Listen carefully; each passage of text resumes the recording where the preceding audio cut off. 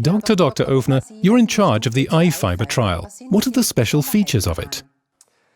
The special features of the IFIBR trial are that it complies with the very highest scientific standards.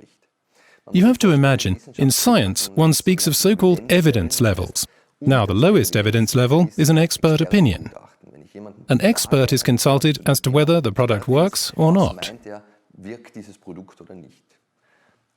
A higher evidence level would be if one had results based on case studies or case series as to whether it really worked or not.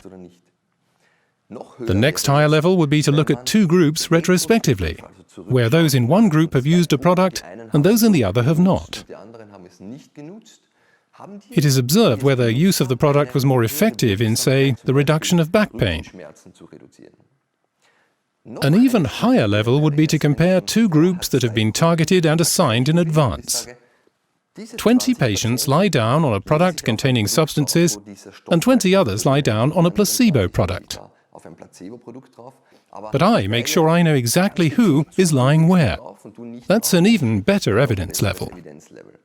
And the very highest evidence level of all is a clinical trial. Here we try to exclude all random influences that might still be involved. Quite by chance, one group is given the product I wish to test, and the other group is given a placebo product, a comparison product.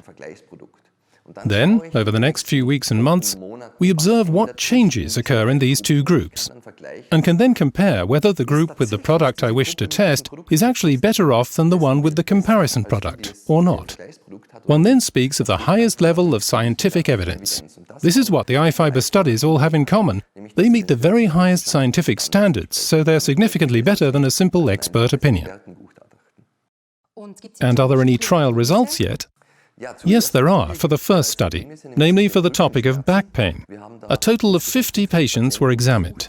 They were randomly assigned to either a placebo product group or to the IFIBR MATS group. The IFIBR MAT is basically a mattress overlay into which special IFIBR fibrillum fibers are integrated. The comparison group had the same mattress with no IFIBR. We investigated all kinds of different parameters, such as back pain, and discovered that the people in the IFIBR group experienced a significant pain reduction, a most significant pain reduction compared to the placebo group.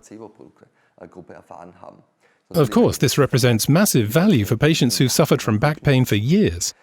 In addition to that, however, those who lay on this special mat experienced an improvement in mobility, an improvement in their quality of life and well-being.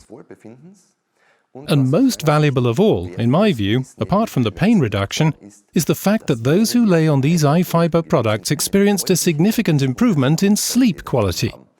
They fell asleep faster, they slept better and for longer, and that really did give them more energy to handle daily life. And how can these results be explained? The aim of the first part of this trial was to find out if there was any efficacy at all. In the second part, one has to evaluate how the whole thing functions.